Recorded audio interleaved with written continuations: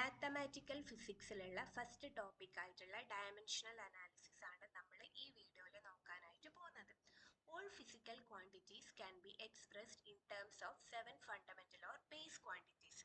ഫിസിക്സിൽ കുറേ physical quantities ഉണ്ട്. ഈ ക്വാണ്ടിറ്റീസിനൊക്കെ ചില ബേസ് ക്വാണ്ടിറ്റീസ് അല്ലെങ്കിൽ ഫണ്ടമെന്റൽ ക്വാണ്ടിറ്റീസിന്റെ ഡെറിവേറ്റീവ് ആയിട്ടാണ് നമ്മൾ എക്സ്പ്രസ് ചെയ്യുന്നത്. അതെങ്ങനെ എക്സ്പ്രസ് ചെയ്യുന്നത് നമുക്കൊരു എക്സാമ്പിളിലൂടെ നോക്കാം. വെലോസിറ്റി. വെലോസിറ്റി എന്ന് വെച്ച് കഴിഞ്ഞാൽ എന്താ? Velocity is equal to displacement divided by time ആണ്. ഡിസ്പ്ലേസ്മെന്റിന് നമുക്ക് ലെങ്ത്, ഡിസ്പ്ലേസ്മെന്റ് എന്ന് വെച്ച് കഴിഞ്ഞാൽ ലെങ്ത് ആണല്ലോ, ലെങ്ത് എന്ന് എഴുതാം, ഡിവൈഡഡ് ബൈ ടൈം. യെസ്, ഇവിടെ ഡിസ്പ്ലേസ്മെന്റിന് ലെങ്ത് എന്ന് എഴുതി, ടൈമിന് ടൈം തന്നെയായി ചെയ്തു. ഇവിടെ നോക്കുകയാണെങ്കിൽ ഈ ലെങ്ത് എന്ന് പറയുന്നതും ടൈം എന്ന് പറയുന്നതുമാണ് ബേസ് ക്വാണ്ടിറ്റി ആയിട്ട് വരുന്നത്. അതായത് വെലോസിറ്റിനെ എക്സ്പ്രസ് ചെയ്യാൻ നമ്മൾ ലെങ്ത് എന്ന് പറയുന്നതും ടൈം എന്ന് പറയുന്നതും രണ്ട് ബേസ് ക്വാണ്ടിറ്റീസിനെയാണ് യൂസ് ചെയ്തത്. ഒരു ബേസ് ക്വാണ്ടിറ്റി ആണ് ലെങ്ത്, രണ്ടാമത്തെ ബേസ് ക്വാണ്ടിറ്റി ആണ് ടൈം. ഈ ലെങ്ത്തും ടൈമും കൂടാതെ തന്നെ നമുക്ക് വേറെ 5 ബേസ് ക്വാണ്ടിറ്റി അല്ലെങ്കിൽ ഫണ്ടമെന്റൽ ക്വാണ്ടിറ്റീസ് കൂടി ഉണ്ട്. ഇത് ഉപയോഗിച്ചാണ് നമ്മൾ ഓരോ ഫിസിക്കൽ ക്വാണ്ടിറ്റീസും എക്സ്പ്രസ് ചെയ്യാറ്. അങ്ങനെയാണെങ്കിൽ നമുക്ക് 7 fundamental quantities or 7 base quantities ആണ് ഉള്ളത്. അത് ഏതൊക്കെയാണെന്ന് നമുക്ക് നോക്കാം. നെക്സ്റ്റ് സ്ലൈഡിൽ നമുക്ക് ഏതൊക്കെയാണ് ബേസ് ക്വാണ്ടിറ്റീസ് എന്ന് നോക്കാം. ഈ ടേബിളിൽ 7 ബേസ് ക്വാണ്ടിറ്റീസ് കൊടുത്തിട്ടുണ്ട്. ലെങ്ത്തും ടൈമും നമ്മൾ കഴിഞ്ഞ ഇതിൽ കണ്ടു. പിന്നെ വന്നിട്ടുള്ള mass, electric current, temperature, luminous intensity and amount of substance. ഇതാണ് 7 ഫണ്ടമെന്റൽ ക്വാണ്ടിറ്റി അല്ലെങ്കിൽ ബേസ് ക്വാണ്ടിറ്റി ആയിട്ട് വന്നിട്ടുള്ളത്. ഈ 7 ഫണ്ടമെന്റൽ ക്വാണ്ടിറ്റീസിനെയും റെപ്രസെന്റ് ചെയ്യുന്നത് ഡിഫറെന്റ് നൊട്ടേഷൻസ് യൂസ് ചെയ്തിട്ടാണ്. ലെങ്തിന് യൂസ് ചെയ്യുന്നതല്ല, മാസിന്. അതായത് ലെങ്തിനെ നമ്മൾ ഡിനോട്ട് ചെയ്യുക സ്ക്വയർ ബ്രാക്കറ്റിൻ്റെ ഉള്ളിൽ ക്യാപിറ്റൽ ലെറ്റർ എല്ലിനെ കൊണ്ടാണ്. മാസിനെ ആണെങ്കിൽ നമ്മൾ റെപ്രസെന്റ് ചെയ്യുന്നത് ക്യാപിറ്റൽ ലെറ്റർ എന്തുകൊണ്ടാണ്? എമ്മിനെ കൊണ്ടാണ് റെപ്രസെന്റ് ചെയ്യുന്നത്. മാസിനെ റെപ്രസെന്റ് ചെയ്യുന്നത് പോലെയല്ല നമ്മൾ ടൈമിനെ റെപ്രസെന്റ് ചെയ്യുക. ടൈമിനെ ടി, ഇലക്ട്രിക് കറന്റിനെ റെപ്രസെന്റ് ചെയ്യുന്നത് A, temperature K, luminous intensity C D, candela, and amount of സബ്സ്റ്റൻസിനെ മോളിലാണ് റെപ്രസെന്റ് ചെയ്യുന്നത്. ഇതാണ് 7 ബേസ് ക്വാണ്ടിറ്റി അല്ലെങ്കിൽ ഫണ്ടമെന്റൽ ക്വാണ്ടിറ്റീസ്. ഈ 7 ബേസ് ക്വാണ്ടിറ്റീസിനാണ് നമ്മൾ ഓരോ ഫിസിക്കൽ ക്വാണ്ടിറ്റീസും റെപ്രസെന്റ് ചെയ്യുന്നത്. ഇനി എങ്ങനെയാണ് ആ ഡയമെൻഷണൽ റെപ്രസെന്റേഷൻ എന്നാണ് നമ്മൾ അടുത്തത് ഡിസ്കസ് ചെയ്യാൻ പോകുന്നത്. നമ്മൾ പറഞ്ഞു കുറേ ഫിസിക്കൽ ക്വാണ്ടിറ്റീസ് ഉണ്ട്. ഇതിൻ്റെയൊക്കെ ഡയമെൻഷൻസ് റെപ്രസെന്റ് ചെയ്യുന്നത് 7 ബേസ് ക്വാണ്ടിറ്റീസിന്റെ പവേഴ്സ് ആയിട്ടാണ്. ഈ ഒരു മെത്തേഡാണ് ഡയമെൻഷണൽ അനാലിസിസ് എന്ന് വെച്ച് കഴിഞ്ഞാൽ. അങ്ങനെയാണെങ്കിൽ നമുക്ക് കുറേ ഫിസിക്കൽ ക്വാണ്ടിറ്റീസ് പരിചയമുണ്ട്. ആ ഫിസിക്കൽ ക്വാണ്ടിറ്റീസിൽ ഏതെങ്കിലും ഒരു ക്വാണ്ടിറ്റി എടുത്തിട്ട് അതിൻ്റെ ഡയമെൻഷൻ അനാലിസിസ് ഒന്ന് ചെയ്ത് നോക്കാം നമുക്ക്. അതിനായിട്ട് ആദ്യം തന്നെ നമ്മൾ ഇവിടെ എടുത്തിട്ടുള്ളത് റെക്റ്റാങ്കിൾ ആണ്. റെക്റ്റാങ്കിളിൻ്റെ എന്താണ് കാണാൻ പോകുന്നത്? റെക്റ്റാങ്കിളിൻ്റെ ഏരിയയാണ് നമ്മൾ കാണാനായിട്ട് പോകുന്നത്. റെക്റ്റാങ്കിളിന് ലെങ്ത്തും ഉണ്ടാവും ബ്രെഡ്ത്തും ഉണ്ടാവും. റെക്റ്റാങ്കിളിന് ലെങ്ത്തും ഉണ്ട് ബ്രെഡ്ത്തും ഉണ്ട്. റെക്റ്റാങ്കിളിൻ്റെ ഏരിയ കാണണമെങ്കിൽ area is equal to length into breadth ആണ്. എല്ലിൻ്റെ ക്യാപിറ്റൽ എൽ, ലെങ്ത് ആയതുകൊണ്ട്, ബ്രെഡ്ത്തും അതുപോലെ തന്നെ ആയതുകൊണ്ട് ക്യാപിറ്റൽ എൽ. ഇപ്പം ഇവിടെ 2 എല്ല് വന്നിട്ടുണ്ട്. അപ്പം എന്ത് ചെയ്താം? എൽ സ്ക്വയറിനായിട്ട് എഴുതാനായിട്ട് പറ്റും. ഇതാണ് ഏരിയ വന്നിട്ടുള്ളത്. ഇനി അടുത്തത് വേറൊരു എക്സാമ്പിൾ നോക്കുകയാണെങ്കിൽ നമുക്ക് ക്യൂബ് എടുക്കാം. ക്യൂബ് എടുക്കുകയാണെങ്കിൽ ക്യൂബിൻ്റെ വോളിയം നമുക്കൊന്ന് ഡയമെൻഷൻ ഫോർമുല യൂസ് ചെയ്തിട്ടൊന്ന് ചെയ്തു നോക്കാം. ആദ്യം ഇവിടെ ഒരു ക്യൂബ് വരക്കുന്നുണ്ട്. ഈ ക്യൂബിൻ്റെ ആണ് നമ്മൾ വോളിയം കാണാനായിട്ട് പോകുന്നത്. ക്യൂബിൻ്റെ വോളിയമാണ് കാണാൻ പോകുന്നത്. Length, breadth, height. ക്യൂബിൻ്റെ volume is equal to L into B into H is equal to L capital L, ബിൻ്റെതും ക്യാപിറ്റൽ എൽ, എച്ചിൻ്റെതും ക്യാപിറ്റൽ എൽ. അപ്പം ഇവിടെ 3L വന്നിട്ടുണ്ട്. അപ്പം എന്ത് വരും? L ക്യൂബാണ് വരിക. അപ്പോൾ വോളിയത്തിൻ്റെ ഡയമെൻഷണൽ ഫോർമുല എന്താണ്? L ക്യൂബാണ് വന്നിട്ടുള്ളത്. ഇതുപോലെ ഓരോ ഫിസിക്കൽ ക്വാണ്ടിറ്റീസിൻ്റെയും ഡയമെൻഷൻ ഫോർമുല നമുക്ക് കാണാനായിട്ട് പറ്റും. അടുത്തതായിട്ട് നമ്മൾ നോക്കാൻ പോകുന്നത് ഡെൻസിറ്റീൻ്റെ ആണ്. Density is equal to mass divided by volume ആണ്. ഈക്വൽ ടു മാസിന്റെ എന്താണ്? Capital M. വോളിയത്തിന്റെ നമ്മൾ തൊട്ട് മുന്നേ നോക്കി L ക്യൂബാണ്. L cube. അപ്പൊ എന്ത് വരും? ഈ L ക്യൂബ് മേലോട്ടേക്ക് പോകുമ്പോൾ റേസ് ടു -3 ആവും. അപ്പോൾ ML റേസ് ടു -3 ആണ് എന്ത് വന്നിട്ടുള്ളത്? ഡെൻസിറ്റിന്റെ ഡയമെൻഷണൽ ഫോർമുല വന്നിട്ടുള്ളത്. ഭയങ്കര സിമ്പിൾ അല്ലേ ഇത് ചെയ്ത് പഠിക്കാനായിട്ട്? ഇനി അടുത്തതായിട്ട് നമ്മൾ നോക്കാൻ പോകുന്നത് ഫോഴ്സിന്റെ ആണ്. ഫോഴ്സിന്റെ ഇക്വേഷൻ എന്താ? Force is equal to M into A. അതായത് എം എന്ന് വെച്ച് കഴിഞ്ഞാൽ ക്യാപിറ്റൽ എം മാസ്, എ എന്ന് വെച്ച് കഴിഞ്ഞാൽ എന്താ? ആക്സിലറേഷൻ ആണ്. ആക്സിലറേഷൻ നമുക്കറിയില്ല. അപ്പം എന്ത് ചെയ്യണം? ആക്സിലറേഷന്റെ ഒരു ഇക്വേഷൻ എഴുതണം. ആക്സിലറേഷന്റെ ഇക്വേഷൻ എഴുതിയിട്ട് അതിൽ നമ്മൾ എന്ത് സബ്സ്റ്റിറ്റ്യൂട്ട് ചെയ്ത് കൊടുത്തു കഴിഞ്ഞാൽ നമുക്ക് ആക്സിലറേഷന്റെ ഡയമെൻഷൻ ഫോർമുല കിട്ടും. ആക്സിലറേഷൻ എന്ന് വെച്ച് കഴിഞ്ഞാൽ വെലോസിറ്റി ബൈ ടൈം ആണ്. വെലോസിറ്റി എന്തായിരുന്നു? Displacement by time. Displacement L, time T. അപ്പോൾ വെലോസിറ്റിന്റെ LT റേസ് ടു -1 വരും. അപ്പം അത് നമ്മൾ ഈ ആക്സിലറേഷന്റെ വെലോസിറ്റിയിൽ സബ്സ്റ്റിറ്റ്യൂട്ട് ചെയ്ത് കഴിഞ്ഞാൽ LT raise to -1 divided by T എന്ന് വരും. അപ്പം അതെന്തായിട്ട് മാറും? LT റേസ് ടു -2 ആയിട്ട് മാറും. അപ്പം ആക്സിലറേഷന്റെ കിട്ടി. അങ്ങനെയാണെങ്കിൽ അത് നമ്മൾ എഫിൽ സബ്സ്റ്റിറ്റ്യൂട്ട് ചെയ്ത് കൊടുത്താൽ പോരെ? Yes, F is equal to capital M L T raise to -2. ഇതാണ് എന്ത്? ഫോഴ്സിന്റെ ഡയമെൻഷണൽ ഫോർമുല. ഇനി അടുത്തതായിട്ട് നമ്മൾ നോക്കാൻ പോകുന്നത് ഫ്രീക്വൻസിയാണ്. ഫ്രീക്വൻസിന്റെ ഡയമെൻഷണൽ ഫോർമുലയാണ് നമ്മൾ അടുത്തതായിട്ട് നോക്കാനായിട്ട് പോകുന്നത്. ഫ്രീക്വൻസി എന്ന് വെച്ച് കഴിഞ്ഞാൽ 1 ടൈം പീരീഡ് ആണ്. ടൈം പീരീഡ് എന്താ? T ആണ് അല്ലേ? അപ്പൊ ഇൻവേഴ്സ് ആയിട്ട് വരുമ്പോൾ T ഇൻവേഴ്സ്, അതായത് T റേസ് ടു -1 ആണ് ഫ്രീക്വൻസിന്റെ ഡയമെൻഷണൽ ഫോർമുല വരുന്നത്. ഇനി നെക്സ്റ്റ് നോക്കാൻ പോകുന്നത് മൊമെന്റം ആണ്. Momentum is bracket P. Momentum represent ചെയ്യുന്നത് P. അതായത് MB. M എന്ന് വെച്ച് കഴിഞ്ഞാൽ മാസ്, V എന്ന് വെച്ച് കഴിഞ്ഞാൽ velocity. Equal to capital M into velocity. Velocity എന്തായിരുന്നു? LT raise to -1. അപ്പൊ ഇത് കമ്പൈൻ ചെയ്ത് എഴുതുമ്പോൾ MLT റേസ് ടു -1 എന്ന് കിട്ടും. യെസ്, ഇതാണ് മൊമെന്റത്തിന്റെ ഡയമെൻഷണൽ ഫോർമുല. ഇനി അടുത്തതായിട്ട് നമുക്ക് നോക്കാനുള്ളത് എന്താണ്? ആംഗുലാർ മൊമെന്റം ആണ്. എന്താ? Angular momentum. ആംഗുലാർ മൊമെന്റം നമ്മൾ റെപ്രസെന്റ് ചെയ്യാൻ യൂസ് ചെയ്യുന്ന ലെറ്റർ ക്യാപിറ്റൽ L ആണ് അല്ലേ? അപ്പൊ angular momentum is equal to R cross P. ആറിന്റെ എന്താണ്? L ആണ്. Yes, L. P എന്ന് വെച്ച് കഴിഞ്ഞാൽ മൊമെന്റം M എന്തായിരുന്നു? MLT raise to -1. യെസ്. അപ്പൊ ഇത് കമ്പൈൻ ചെയ്ത് എഴുതി കഴിഞ്ഞാൽ നമുക്ക് എന്ത് കിട്ടും? ആംഗുലാർ മൊമെന്റത്തിന്റെ ഡയമെൻഷണൽ ഫോർമുല കിട്ടും. യെസ്, ഇതാണ് ആംഗുലാർ മൊമെന്റത്തിന്റെ ഡയമെൻഷണൽ ഫോർമുല. ഇനി അടുത്തതായിട്ട് നമുക്ക് കുറേ ഫിസിക്കൽ ക്വാണ്ടിറ്റീസ് ഉണ്ടെന്ന് പറഞ്ഞു. അപ്പോൾ എക്സാംസിന് ചോദിക്കുക, ഏതെങ്കിലും ഒരു ഫിസിക്കൽ ക്വാണ്ടിറ്റി തന്നിട്ട് അതിൻ്റെ ഡയമെൻഷണൽ ഫോർമുല ഏതാണെന്ന് കണ്ടുപിടിക്കാനായിട്ടായിരിക്കും ചോദിക്കുക.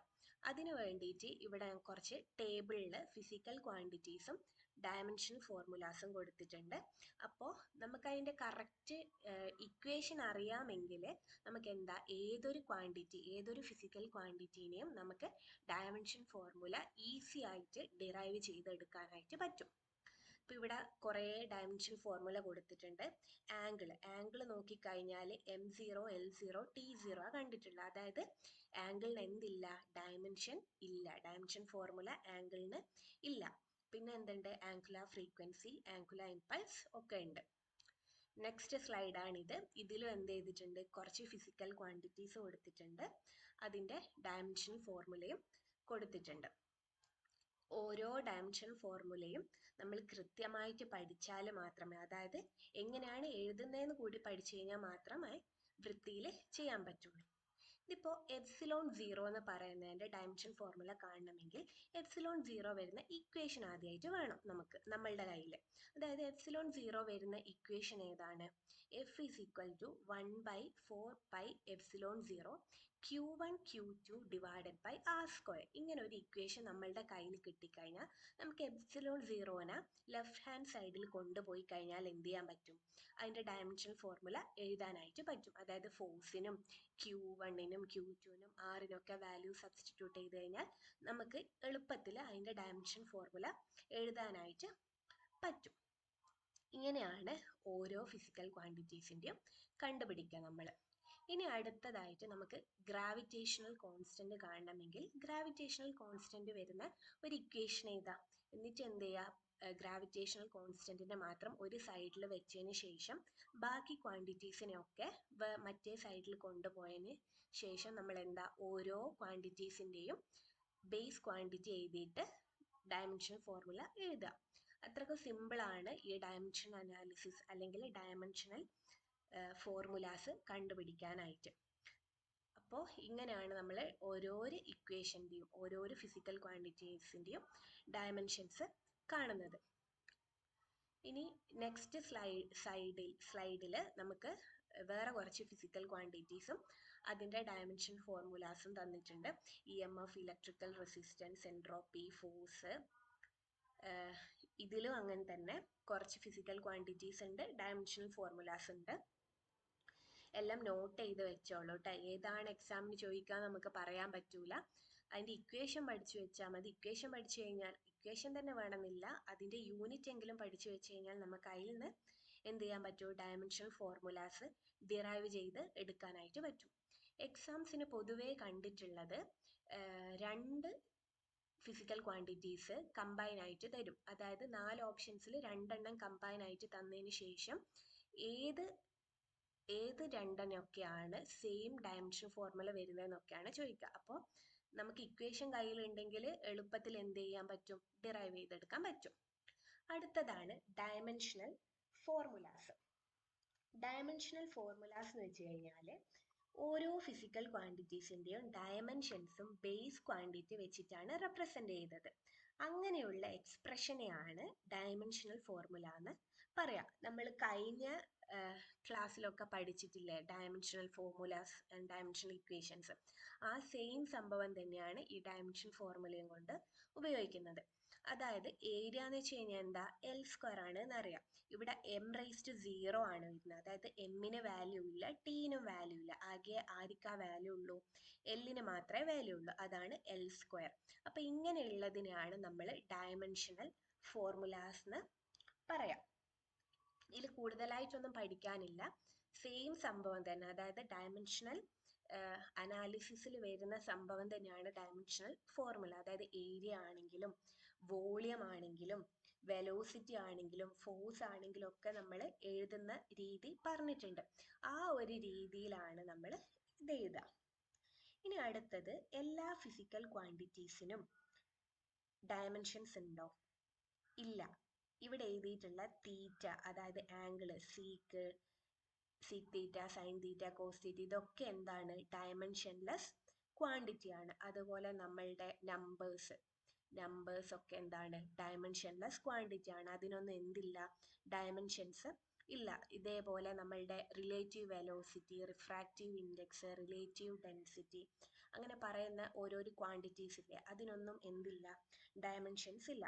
അപ്പോൾ പൊതുവായിട്ട് ആംഗിള്, തീറ്റ, അതായത് ട്രിഗണോമെട്രിക് റേഷ്യോസ്, നമ്പേഴ്സ്, റിലേറ്റീവ് ആയിട്ട് വരുന്ന ഫിസിക്കൽ ക്വാണ്ടിറ്റീസ്, ഇതിനൊന്നും എന്തില്ല? ഡയമെൻഷൻസ് ഇല്ല. ഇതൊക്കെ ഡയമെൻഷൻലെസ് ക്വാണ്ടിറ്റീസ് ആണ്. ഇതാണ് ഡയമെൻഷണൽ ഫോർമുലയിൽ നമുക്ക് നോക്കാനായിട്ടുള്ളത്. അടുത്തതാണ് ഡയമെൻഷണൽ ഇക്വേഷൻ. ഡയമെൻഷണൽ ഇക്വേഷൻ എന്ന് വെച്ച് കഴിഞ്ഞാൽ ഫിസിക്കൽ ക്വാണ്ടിറ്റീനെയും ഡയമെൻഷൻസിനെയും കണക്ട് ചെയ്യുന്നതിനാണ് ഡയമെൻഷണൽ ഇക്വേഷൻ എന്ന് പറയുന്നത്. ജസ്റ്റ് നമ്മളുടെ ഡയമെൻഷൻ ഫോർമുല പോലെ തന്നെയുള്ള ആണ് ഡയമെൻഷണൽ ഇക്വേഷനും. ഇതിൽ വരുന്നത്, അതായത് ഒരു ഡയമെൻഷണൽ ഇക്വേഷൻ എന്ന് പറഞ്ഞു കഴിഞ്ഞാൽ അത് പ്രിൻസിപ്പിൾ ഓഫ് ഹോമോജിനിറ്റി ഒബേ ചെയ്തിരിക്കണം. പ്രിൻസിപ്പിൾ ഓഫ് ഹോമോജിനിറ്റി എന്ന് വെച്ച് കഴിഞ്ഞാൽ നമ്മൾ ഒരു ഇക്വേഷൻ എടുത്തു കഴിഞ്ഞാൽ, അതായത് പ്രിൻസിപ്പിൾ ഓഫ് ഹോമോജിനിറ്റി എന്ന് വെച്ച് കഴിഞ്ഞാൽ നമ്മളൊരു ഇക്വേഷൻ എടുത്തു കഴിഞ്ഞാൽ അതിൻ്റെ ലെഫ്റ്റ് ഹാൻഡ് സൈഡും റൈറ്റ് ഹാൻഡ് സൈഡും എന്തായിരിക്കണം? സെയിം ഡയമെൻഷൻസ് ആയിരിക്കണം. അതായത് ലെഫ്റ്റിലുള്ളതിൻ്റെയും റൈറ്റിലുള്ളതിൻ്റെയും ഡയമെൻഷൻസ് എന്തായിരിക്കണം? സെയിം ആയിരിക്കണം. അങ്ങനെയാണെങ്കിൽ അത് പ്രിൻസിപ്പിൾ ഓഫ് ഹോമോജിനിറ്റി സാറ്റിസ്ഫൈ ചെയ്യുന്നുണ്ട് എന്ന് നമുക്ക് വേണമെങ്കിൽ പറയാനായിട്ട് പറ്റും. അതാണ് ഒരു എക്സാമ്പിൾ നോക്കുകയാണെങ്കിൽ രണ്ട് ബോൾ ഉണ്ട്. ഒരു ബോളിൻ്റെ വെയിറ്റ് എന്ന് പറയുന്നത് 2 kg ആണ്. രണ്ടാമത്തെ ബോളിൻ്റെ വെയിറ്റ് എന്ന് പറയുന്നത് 4 kg ആണ്. രണ്ടും എന്താണ്? കിലോഗ്രാമിലാണ് ഉള്ളത്. മൂന്നാമത്തതോ, അതായത് അത് കൂട്ടി കിട്ടിയാൽ കിട്ടുന്ന എന്താണ്?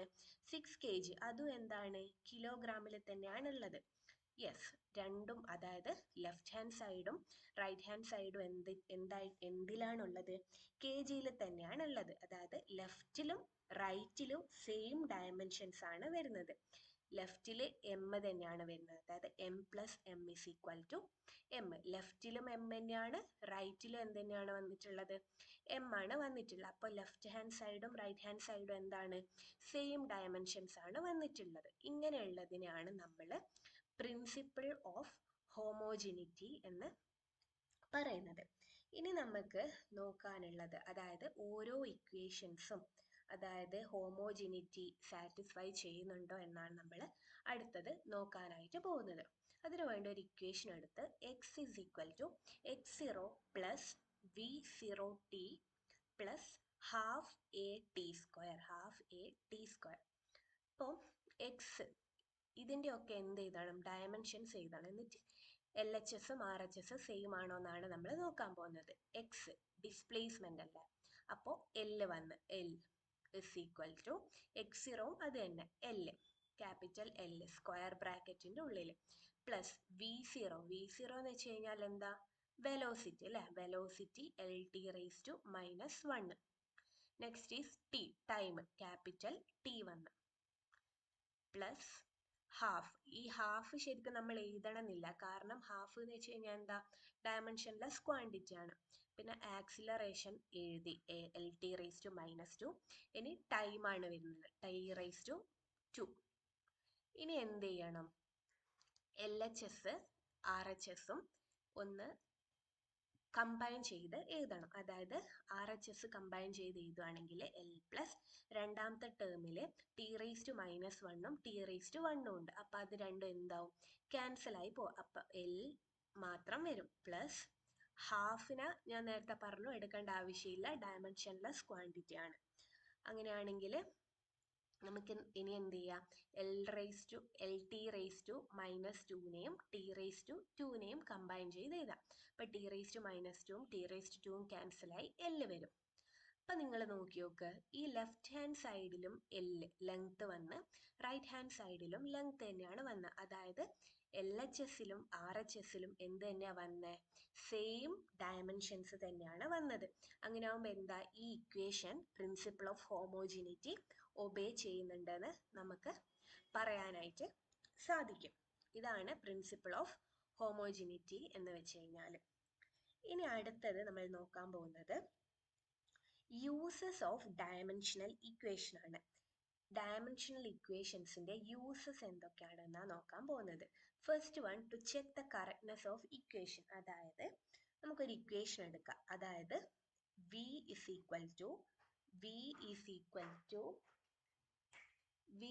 equal to u plus at. ഈ റിലേഷനാണ് നമ്മൾ എടുക്കാനായിട്ട് പോകുന്നത്. അതായത് ഇതിൻ്റെ ആക്യുറസി ചെക്ക് ചെയ്യാൻ, അതായത് പ്രിൻസിപ്പിൾ ഓഫ് ഹോമോജിനിറ്റി ഒബേ ചെയ്യുന്നുണ്ടോ ഇല്ലയോ എന്നൊക്കെ നോക്കാനായിട്ടാണ് നമ്മൾ പോകുന്നത്. അതായത് ആക്യുറസി ചെക്ക് ചെയ്യാനാണ് പോകുന്നത്. v is equal to u plus at. v എന്ന് വെച്ച് കഴിഞ്ഞാൽ എന്താ? വെലോസിറ്റിന്റെ dimensional formula LT⁻⁻1 equal to u. u എന്ന് വെച്ച് കഴിഞ്ഞാലും വെലോസിറ്റി, അതായത് initial velocity and final velocity. അപ്പോൾ LT⁻⁻1 പ്ലസ് ആക്സിലറേഷൻ എന്താണ്? ആക്സിലറേഷൻ്റെ ഡയമെൻഷൻ ഫോർമുല എന്താണ്? LT⁻² into T. ടീൻ്റെ എന്താണ്? Capital T. ഇനി നമ്മൾ ചെയ്യാൻ പോകുന്നത് LHSലും RHSലും എന്ത് ചെയ്യാൻ പോവാണ്? കമ്പൈൻ ചെയ്ത് എഴുതാൻ പോവാണ്. LHS എഴുതി LT⁻1 എന്ന് എഴുതി. RHSും അതുപോലെ തന്നെ LT⁻1 പ്ലസ് T⁻²ഉം T⁻1ഉം. അപ്പം എന്ത് വരും? LT⁻1 വരും. അപ്പോൾ LHS നോക്കുവാണെങ്കിലും RHS നോക്കുവാണെങ്കിലും എന്ത് ക്വാണ്ടിറ്റി ആണ് വന്നിട്ടുള്ളത്? വെലോസിറ്റി തന്നെയാണ് വന്നിട്ടുള്ളത്. അപ്പോൾ ഈ ഇക്വേഷൻ എന്താണ്? കറക്റ്റ് ആണ്, അല്ലെങ്കിൽ വാലിഡ് ആണ്, ആക്യുറേറ്റ് ആണ് എന്നൊക്കെ നമുക്ക് പറയാനായിട്ട് പറ്റും. അപ്പോൾ ഇതാണ് ഡയമെൻഷൻ ഇക്വേഷൻ്റെ ഒരു യൂസ് എന്ന് പറഞ്ഞാൽ. അപ്പം ഇനി അടുത്ത യൂസ് നോക്കുകയാണെങ്കിൽ ഇതിൻ്റെ അടുത്ത use to derive an expression for a physical quantity. അതായത് ഡയമെൻഷണൽ ഇക്വേഷൻസ് യൂസ് ചെയ്തിട്ട് നമുക്ക് ഒരു ഫിസിക്കൽ ക്വാണ്ടിറ്റിക്ക് ഒരു എക്സ്പ്രഷൻ ഡിറൈവ് ചെയ്തെടുക്കാനായിട്ട് പറ്റും.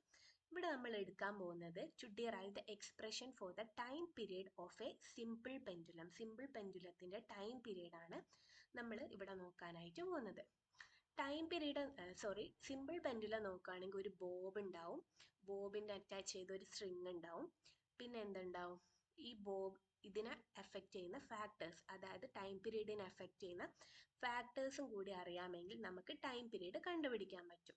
ആക്സിലറേഷൻ G താഴോട്ടുണ്ട്, പിന്നെ ആ ബോബിൻ്റെ മാസ് ഉണ്ട്, പിന്നെ എന്തുണ്ട്? ലെങ്ത്തും ഉണ്ട്.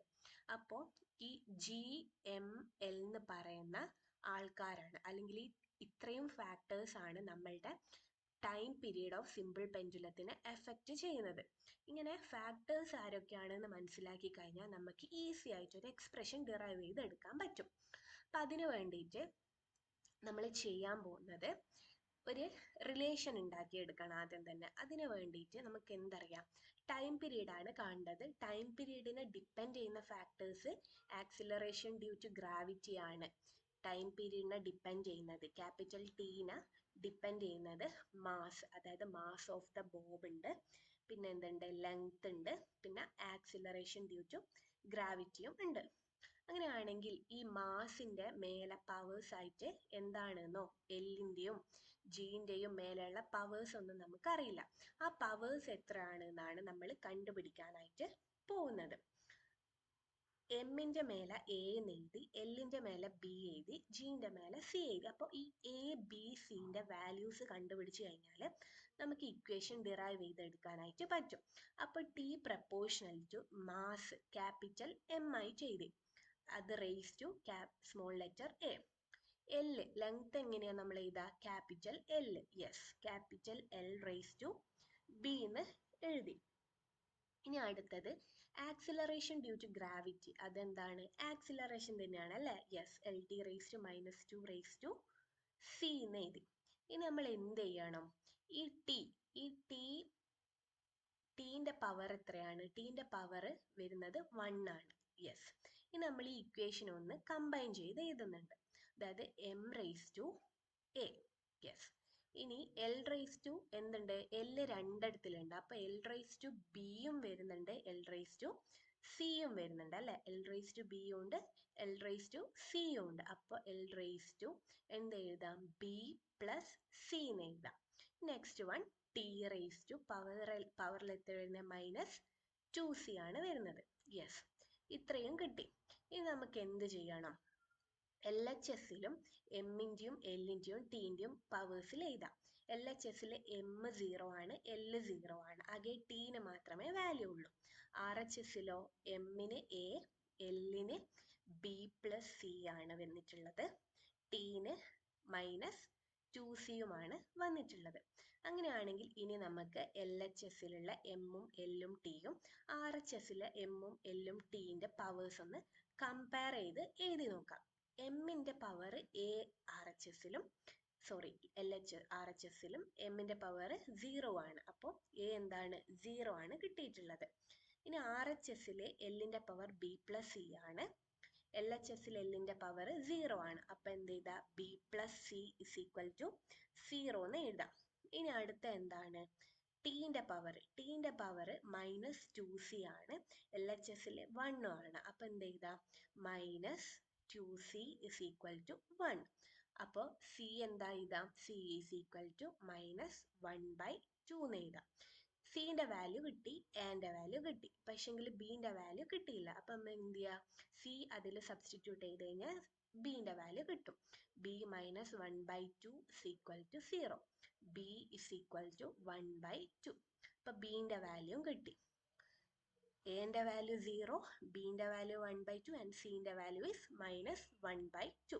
അപ്പോൾ എൻ്റെയും ബീൻ്റെയും സിൻ്റെയും വാല്യൂ കിട്ടി. അത് നമുക്ക് ആ ഫസ്റ്റ് ഇക്വേഷനിൽ സബ്സ്റ്റിറ്റ്യൂട്ട് ചെയ്യാം. അപ്പോൾ T proportional to m⁻0 L⁻1/2. B നമുക്ക് 1/2 അല്ലേ കിട്ടി, അപ്പോൾ 1/2 g⁻c എത്രയാ? -1/2. ഇനി ഈ പ്രപ്പോർഷണാലിറ്റി കോൺസ്റ്റന്റ് മാറ്റാനായിട്ട് ഞാൻ ഒരു 2π കൊണ്ട് മൾട്ടിപ്ലൈ ചെയ്തു. 2π, അതായത് t = 2π. നമ്മൾ എന്ത് ചെയ്താൽ എല്ലും ജിയും ഹാഫ് വീതാണുള്ളത് അല്ലേ, അപ്പോൾ റൂട്ടാണ്. അപ്പോൾ √L/g. ഇതാണ് ഒരു സിമ്പിൾ പെൻഡുലത്തിൻ്റെ ടൈം പീരീഡിൻ്റെ ഇക്വേഷൻ. അതായത് ഏതൊക്കെ ഫാക്ടേഴ്സ് ആണ് ഒരു ഫിസിക്കൽ ക്വാണ്ടിറ്റീനെ ഡിപ്പെൻഡ് ചെയ്യുന്നത് എന്ന് നമ്മൾ മനസ്സിലാക്കി കഴിഞ്ഞാൽ നമുക്ക് അതിൻ്റെ ഇക്വേഷൻ ഡിറൈവ് ചെയ്ത് എടുക്കാനായിട്ട് പറ്റും. ഇവിടെ ജിയോ എമ്മോ എല്ലോ ആണ് ഡിപ്പെൻഡ് ചെയ്യുന്നത് നമുക്ക് അറിയാവുന്നത് കൊണ്ടാണ് നമ്മൾ ഈ ഇക്വേഷൻ ഡിറൈവ് ചെയ്തത്. എക്സാംസിന് ഇങ്ങനെ ഓരോ ഫിസിക്കൽ ക്വാണ്ടിറ്റീസ് തന്നിട്ട് എൻ്റെയും ബീൻ്റെയും സിൻ്റെയും ഒക്കെ വാല്യൂസ് കണ്ടുപിടിക്കാനായിട്ട് പറയും. അപ്പോൾ നിങ്ങൾ ചെയ്യേണ്ട കാര്യം എന്താണെന്ന് വെച്ച് കഴിഞ്ഞാൽ ആ ഫിസിക്കൽ ക്വാണ്ടിറ്റീസിൻ്റെ ബേസ് ക്വാണ്ടിറ്റി എഴുതുക. എന്നിട്ട് എൻ്റെയും ബീൻ്റെയും വാല്യൂസ് LHSലും RHSലും ഇക്വേറ്റ് ചെയ്ത് നോക്കിയിട്ട് വാല്യൂസ് കണ്ടുപിടിക്കാം. ഭയങ്കര സിമ്പിളാണ്, എളുപ്പത്തിൽ മാർക്ക് സ്കോർ ചെയ്യാൻ പറ്റുന്ന ഒരു ഏരിയ ആണിത്. അപ്പോൾ ആരും ഇത് സ്കിപ്പ് അടിക്കണ്ട. ഓക്കെ, ഇനി അടുത്തത് ലാസ്റ്റ് നോക്കാനുള്ളത് നമുക്ക് ഈ ഡയമെൻഷണൽ ക്വാണ്ടിറ്റീസിൻ്റെ ലിമിറ്റേഷൻസ് ആണ് നോക്കാനുള്ളത്. Dimensionless quantities cannot be obtained by this dimensional analysis. അതായത് നമ്മൾ നേരത്തെ പറഞ്ഞു ഡയമെൻഷൻലെസ് ക്വാണ്ടിറ്റീസ്, അതായത് നമ്പേഴ്സ് ഉണ്ട്, ആംഗിൾ ഉണ്ട്, റിലേറ്റീവ് എന്ന് വരുന്ന ടേംസ്, അതൊക്കെ എന്താണ്? ഡയമെൻഷൻലെസ് ക്വാണ്ടിറ്റീസ് ആണ്. അപ്പം അങ്ങനത്തെ ക്വാണ്ടിറ്റീസ് ഒന്നും നമുക്ക് ഡയമെൻഷണൽ അനാലിസിസ് ചെയ്ത് കണ്ടുപിടിക്കാൻ പറ്റൂല.